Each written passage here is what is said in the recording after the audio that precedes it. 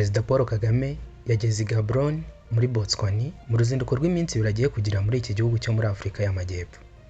Perezida Kagame ubwo yageraga muri Botswana kuri uyu wa kane tariki 6 Gicurasi 2026 yakiriwe na mugenzi wa Botswana Duma Boko ku kibuga mpuzamahanga cy'indege cyitiriwe Sassy Kama.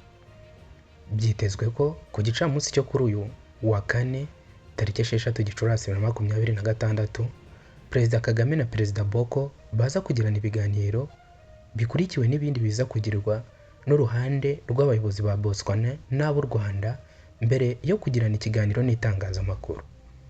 Biteganyijwe ko ibi bihugu byombi biza gushyira umukono ku masezerano y'imikoranire mu nzego zitandukanye zirimo gukuraniraho imisoro icibwa ubugira kabiri ku bicuruzwa biva muri ibi bihugu.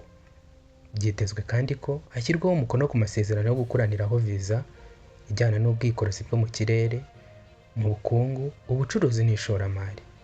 Biteganyijwe kandi ko urwego rw'u Rwanda rw'iterambere RDB ruza kugirana amasezerano n'urwa Botswana mu gihe ku mugoroba wo kuri uyu wa kane tariki 6 Gicurasi 2026 Perezida Kagame yakirirwa ku meza na mugenzi we Duma Boko.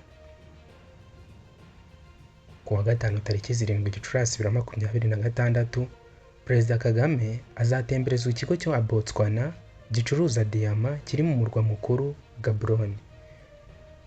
Mbere y'uko uruzinduko rw'abayobozi bakuru ku ruhande rwa Botswana n'urw'u Rwanda ruba bahuriye mu biganiro ku ishoramari n'ubucuruzi.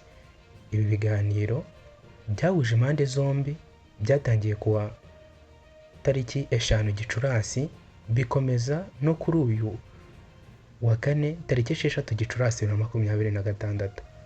Ku ruhande rw'u Rwanda byitabiriwe n'abarimo Minisitiri w'Ububanyi n'Amahanga Ambasaderi Olivier Nduhungirehe, umuyobozi mukuru wungirije w'urwego rw'igihugu rw'iterambere RDB Julian Kamuganza, abari muri guverinoma ndetse n'abahagarariye abikorera. Ibiganiro byabaye ni ibya kabiri bya komisiyo y'ubutwererane ihuriweho n'ibihugu byombi. Byari bigamije kwiga bwa nyuma ku masezerano mashya y'ubufatanye agamije kongera imbaraga ku mikoranire y'ibihugu byombi no kuyahagura.